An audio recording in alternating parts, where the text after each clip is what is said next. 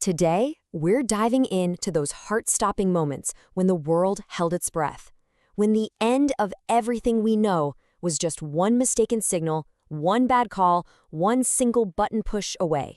Seriously, think about that. What if you were the one sitting in that chair? An alarm is screaming, a screen is flashing red. The rules are clear, the choice is yours, and you have maybe minutes, if that, to decide.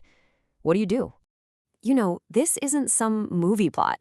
This was the terrifying reality for a handful of people.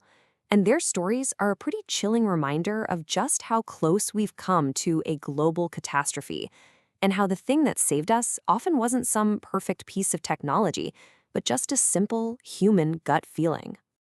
All right, so our story starts in the fall of 1983, a really, really tense time. Relations between the US and the Soviet Union are about as bad as they can get. And in two separate incidents, it was technology that almost ended it all. Okay, picture this. It's just after midnight. You're deep inside a secret command bunker near Moscow. And your name is Lieutenant Colonel Stanislav Petrov. Your job? To watch the satellites, to be the first to know if the Americans launch a nuclear strike.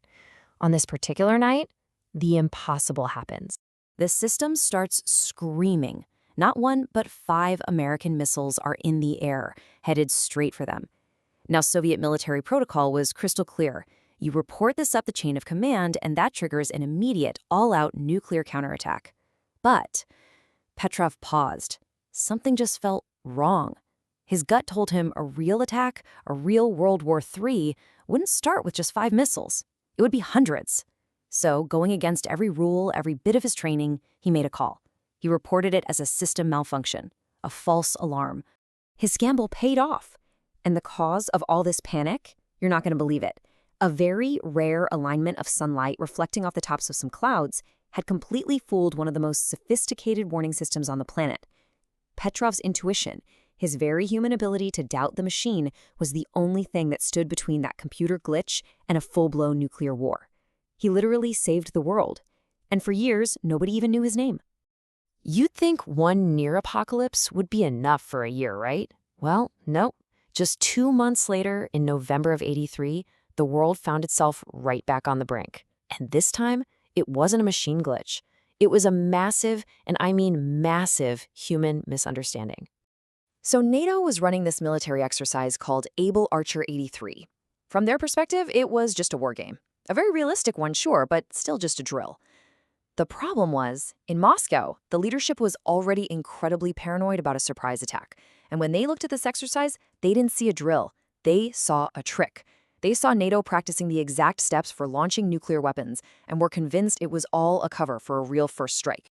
And their reaction was swift and absolutely terrifying. They put nuclear-capable planes on high alert. They started loading actual nuclear warheads onto those planes. Some intelligence even suggests they were getting their intercontinental ballistic missiles ready to go. The Soviets were gearing up for a nuclear war that they believed was just minutes from starting.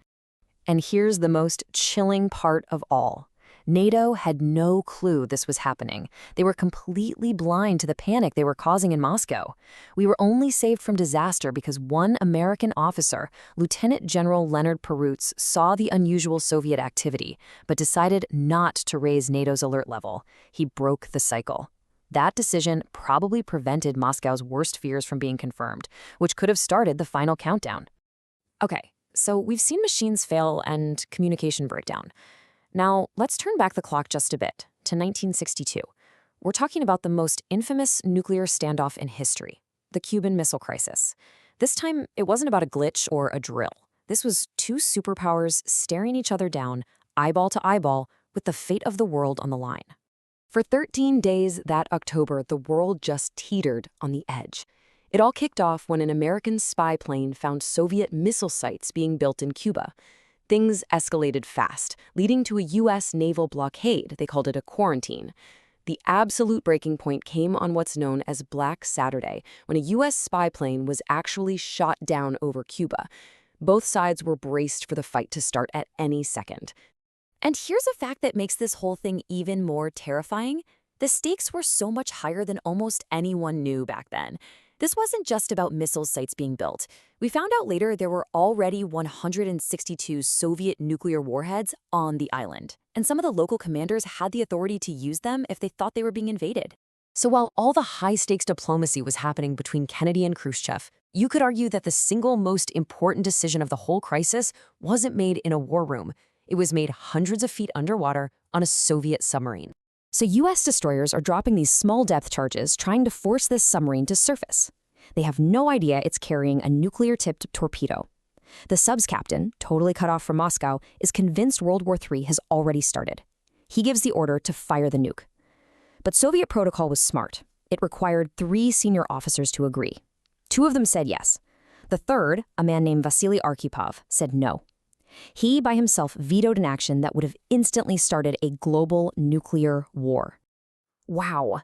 So after walking through these moments that are, let's be honest, absolutely terrifying, what have we learned? What are the big takeaways from nearly blowing ourselves up multiple times?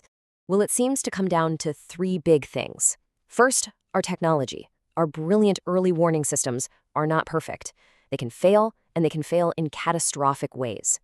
Second, even when we can talk to each other, communication can just completely fall apart under that kind of extreme pressure. Misunderstandings aren't just possible, they're almost guaranteed. And third, and this is maybe the most important lesson of all, in that final moment, our very last line of defense wasn't a system or a policy, it was the conscience of a single person who had the courage to doubt, to question, and to just say no. When you hear the stories of Stanislav Petrov, Leonard Perutz, and Vasily Arkhipov, it's both inspiring and deeply, deeply unsettling. It shows that we made it through the Cold War thanks to diplomacy and deterrence, yes, but also an incredible amount of sheer dumb luck. And that leaves us with a pretty sobering question, right? In a world that is still filled with these weapons, can we really afford to count on being that lucky again?